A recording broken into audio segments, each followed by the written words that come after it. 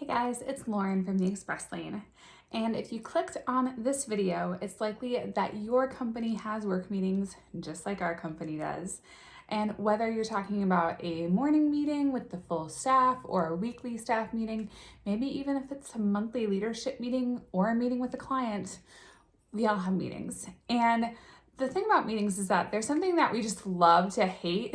And I think back to when, everything happened in 2020, that we had all these video meetings for all these people working from home. And I swear every single minute that you turned around, there was an ad on TV for a commercial, or there was some meme going around social media that was talking about some kind of video mishap in the workplace. So for some reason, we really love to hate meetings, but they are really important to the workplace. Meetings allow us to brainstorm together. They allow us to cheer on our coworkers. There are so many different reasons to have a workplace meeting. So how do we turn workplace meetings into something that becomes productive, that is efficient, but that is also enjoyable rather than another mundane task at work or something that we feel like is pulling us away from more important things? That's why we put together this meeting survival guide just for you, sharing our top tips for a productive meeting that's going to be great for both you and your team. The saying goes that time is money, and as cliche as that saying is, well, sometimes it's really important to stop and think about how much money a meeting is actually costing a company. And you can do this pretty simply. You just have to take the number of people attending the meeting times their, the average hourly rate of those people and how long the meeting actually is. And once you sit down and you do that math, you can figure out that some meetings are costing your company a lot of money, especially when you consider how many people are actually attending those meetings. And while, yes, there are going to be times where your entire department does need to be included in a meeting. For example, if you have a department morning meeting every morning that's only 15 or 30 minutes, yes, you are going to need to include everyone in the department in that specific meeting. But there are a few other alternative kind of meeting attendee setups that you can consider, and we wanted to share a few of those with you. So the first meeting attendee setup might be in two parts. So you're going to open the meeting having the full department there, and then maybe halfway through the meeting, you let a chunk of the department leave so that the remaining part of the department can have a continued conversation about things that maybe don't pertain to the people that did leave the meeting. Or you might consider having a meeting where it's the entire department to start with, and then maybe it moves down to just a meeting with the department head at the end to round everything out and to wrap up a conversation with deadlines and things like that.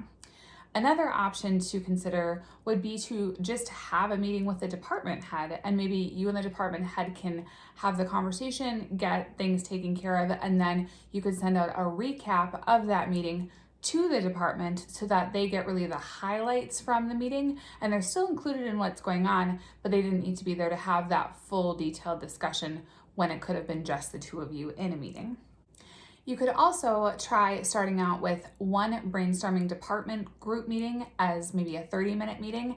And then after that, you could move to separate smaller group meetings where each group takes on a different topic that was discussed in the initial brainstorming session so that you have still the entire department involved.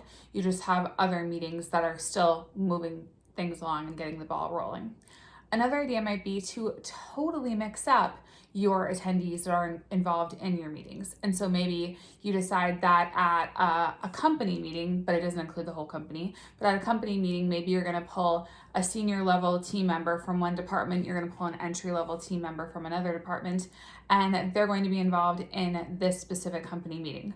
Well, the next company meeting, which is maybe a month from now, or next quarter, next half the year, next semester. Sorry, I had to think about that one for a sec. Then for those meetings, you could have a different group of people, pull a senior level member from this team now and pull an entry level member from this other department now.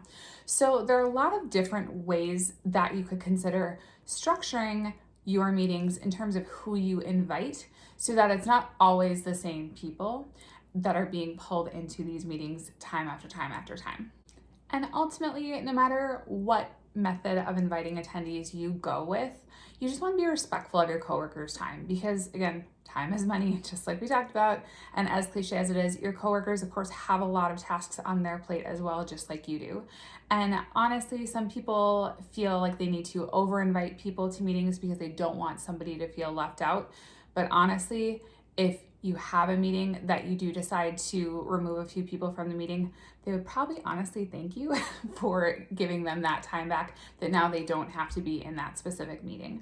Or even looking at, what individuals really enjoy meetings and are active participants and that bring a lot to a meeting versus individuals that are maybe more passive participants.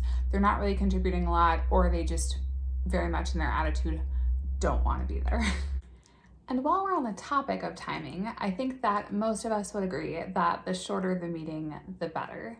And it's really important to set a specific length of time around your meetings, because what this tells people is, hey everyone, we've only got 30 minutes for this meeting, so we need to make sure that we're staying on task in order to get through everything on the agenda within the 30 minutes of that meeting. And when it comes to scheduling a meeting, if you're not sure how long to schedule a meeting for, I would always try to schedule it on the shorter side. And the reason why is that you can always schedule a follow-up meeting afterward to get through the items that you didn't cover. And if you do schedule that follow-up meeting, you might have figured out in your first meeting that you maybe don't need to have as many people there as you thought you did. So maybe the follow-up meeting becomes a much smaller group of people. And the other thing about meeting length is that attention spans only last so long. So typically the longer the meeting is, the more disengaged your attendees are going to become as the meeting progresses. So the shorter, the better. Keep everyone's attention span, and so that you can focus that down into a shorter meeting. And while it may seem irrelevant, the time that you actually set your meeting for is really important, because if you schedule a meeting that's too close to lunch, or you schedule a meeting that's too close to the end of the day, what you're going to end up with is you're going to end up with a room full of people that are thinking more about their lunch plans or more about their evening plans than they are about the actual content that you're discussing in that particular meeting. So if you can shoot for scheduling a meeting mid-morning or mid-afternoon, those are really going to be the best times, because honestly, those are times that people are probably already sitting at their desk thinking, I need a break, I need to go take a walk, I need to go grab some water, whatever it is. They're thinking that they need a break anyway. Maybe they need another cup of coffee. That would be me. But yeah, so having it during those times turns that meeting then into kind of a welcomed break, because it's helping to split up their day at a reasonable time. But because they're still in the middle of their morning, or they're still in the middle of their afternoon, they're still very much engaged and focused on work-related tasks, rather than it being the end of the day or right before lunch where they're focused on other things that are not necessarily work-related. Now, moving right along to meeting agendas. Now, I am a huge fan of meeting agendas. I think they are highly underrated. And whether it is a set meeting agenda that you have the same agenda for every single morning meeting that you have, or every weekly staff meeting that you have, or whether it's a custom agenda that is for a meeting discussing a specific project, meeting agendas are really great because they let all of the attendees know this is what we're going to discuss, and this is how you can actually prepare for the meeting, and that you can be ready when meeting time does roll around. And if you want to take it a step further, a great meeting agenda will actually include the objective or the desired outcome for the meeting, or both. And basically what that ends up doing is it not only tells your team, hey, this is what we're going to discuss, this also gives them the context of this is why we're discussing it, so that they do realize that, hey, we're having this meeting for a very important reason. It's not just another meeting that's on the calendar. And I know personally, I've had my share of meetings where I have walked in without a meeting agenda, and every single time that happens, I honestly feel really frustrated, because a lot of times in those meetings, I'll be asked to report on data that I don't have because I didn't know that I needed to prepare it. And it really just makes me feel like I'm not able to contribute as best that I could. And it also just makes me feel really underprepared. But at the same time, how do you prepare for a meeting if you don't know what's going to be discussed? So that really does tie back into the importance of having a meeting agenda. And meeting agendas can be really simple. They can be even just a couple of bullet points, as long as every single person that's attending that meeting understands what those bullet points actually mean and how they can actually prepare for them.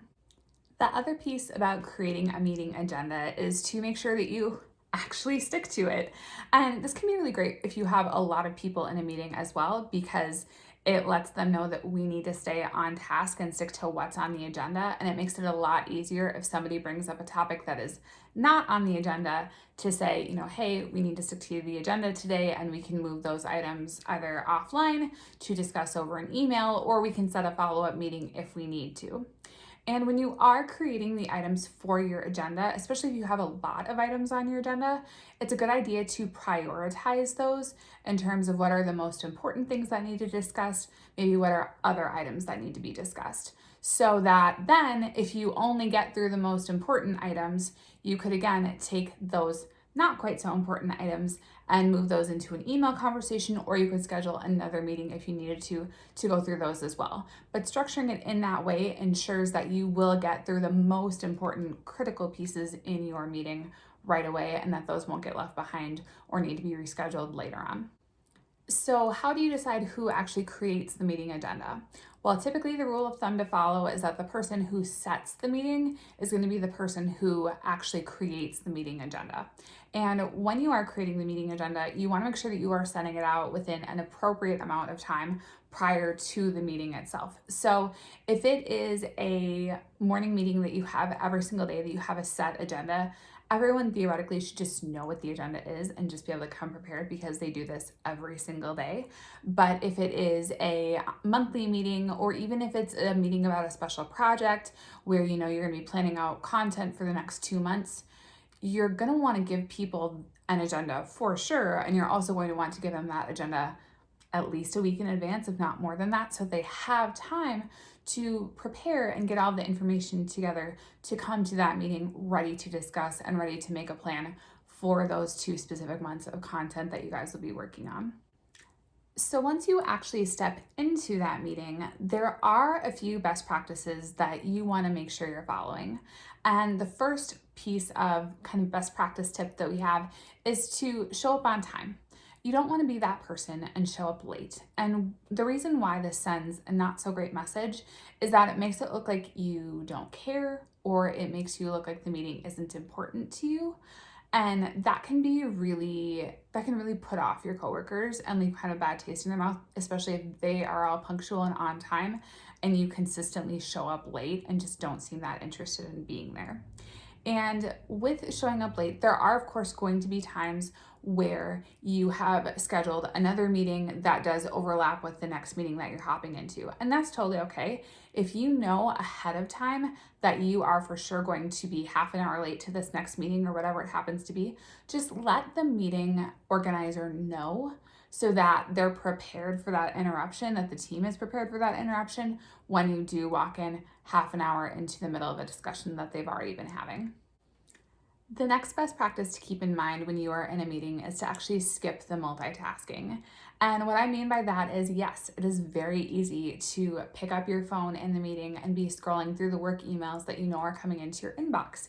It's also very easy to doodle. Sometimes people are like nervous doodlers that need to just be writing something down on their paper all the time. I have even seen somebody in a meeting make out their grocery list in the margins of their notebook while someone else was giving a presentation. You don't want to be that person, because again, this looks really bad to your coworkers. It looks like your grocery list is more important than the conversation that they're having or the really important topic that they're discussing. So make sure that you are engaged and that you are present. Your work emails can be checked after the meeting. Really just make sure that you're giving the full attention to the person speaking and the discussion that's going on within the meeting. And our third best practice for meeting etiquette is, of course, to be prepared. Now, nothing looks worse to your coworkers or looks more disrespectful to your coworkers is when all of them show up to a meeting and they're prepared and you're not. This looks very bad to your boss as well, because they're sitting here going, well, everyone else prepared, why didn't you prepare? So make sure that you do come prepared, especially if a meeting agenda is set out ahead of time and you do know what is expected of you to bring to that meeting. And I want to wrap up this list of best practices by including, I guess it's not so much a disclaimer if it's at the end of the list, but to just, say that everyone has those days We all have days where traffic is really horrible and we're late to a meeting. We all have days where we do bring our phones into a meeting because we're waiting on a really important phone call regarding a family member that's in the hospital or something like that. We all have those days. We all have to make exceptions to that list of best practices. Absolutely, it happens. But hopefully those are occasional things that happen. Hopefully you're not stuck in traffic and late to a meeting every single day. Hopefully you don't have, I hope you don't have a family member in the hospital every single day. But the key is that those should be occasional things. They shouldn't be the norm. So really do kind of keep that in mind, that yes, everyone gets that if you have a bad day or something's going on, that might have an impact on one meeting. Just don't make it every meeting. Now, picture this. You just wrapped up a meeting with your team. It was this fantastic brainstorming session, and everyone came up with awesome ideas about new things that they want to implement in the office. You are feeling on top of the world. You're like, that could not have gone any better. But now there are certain follow-up steps that you need to take since that meeting has wrapped up. And the first thing that I always do when I get out of a meeting is I will do a follow-up. So whether that is a follow-up email just to myself, maybe that would be kind of writing down my notes, because when I'm in a meeting, I take very shorthand notes and they do get a little messy sometimes. And if I'm not looking at my notes until a month later, that just looks like chicken scratch, and I don't know what that means. So the first thing that I do is that I will take my notes and I will just transcribe them really quickly so that I know I can elaborate on them, so that I'm better setting future Lauren up when she actually has to do something with those notes. But it's really great to send out a meeting recap as well to a team if you have a big team that you want to recap the meeting. And doing this as quickly as possible after the meeting is going to be ideal, because then it lets you really kind of jot everything down while it's fresh in your mind. And what you want to include in this follow-up meeting to your team are the next steps, the action items that we use for, of course, just jargon, but what those action items are, and of course, if there are any deadlines tied to them. Now, in a perfect world, you will have set your action item deadlines in the meeting. That really is the best place to do it. But if you haven't set them during the meeting, sending out those deadlines in the follow-up recap, that email, do it then, because there's nothing worse. It pains me to have sat in meetings where we do have great discussions and great brainstorming, and we've gotten out of those meetings and nothing happens because no one followed up, no one did a recap, we didn't set deadlines. None of those items actually come to fruition. And that's really a bummer, because you already spent all of this money on this meeting by using company time and taking time away from your coworkers that they could have been working on other tasks. So making sure that, again, those deadlines are set, that everyone is aware of when their action items are due, is super important to include in a follow-up recap. Whether it is a weekly staff meeting or whether it is a big important meeting coming up where you're going to discuss a major project for the company, we hope our tips in our meeting survival guide help you to create meetings that are more productive and more enjoyable for the entire team. Please consider giving this video a thumbs up if you learned something new. And if we missed anything from our list, please leave us a comment in the comment box below to let us know what your top workplace meeting tip is. And as this is our last video for the first quarter of the year, I just wanted to take a quick second to just thank everyone who has consistently watched these videos every single week, or even if this is, the first video that you've seen from our channel that you happen to stumble upon. This has been a new adventure for us exploring YouTube, and we hope that you have learned as much from these videos as possible, and that we've added a little bit of humor and a little fun, that you've gotten to enjoy meeting our team. And of course, we will be back again with videos for second quarter as we continue on this year. But I just really quickly wanted to say thank you to everyone who's watched and supported our YouTube channel so far. So we will see you back here next Wednesday at 4 o'clock Central Standard Time, where we of course bring you even more tips to help you get your career in the express lane.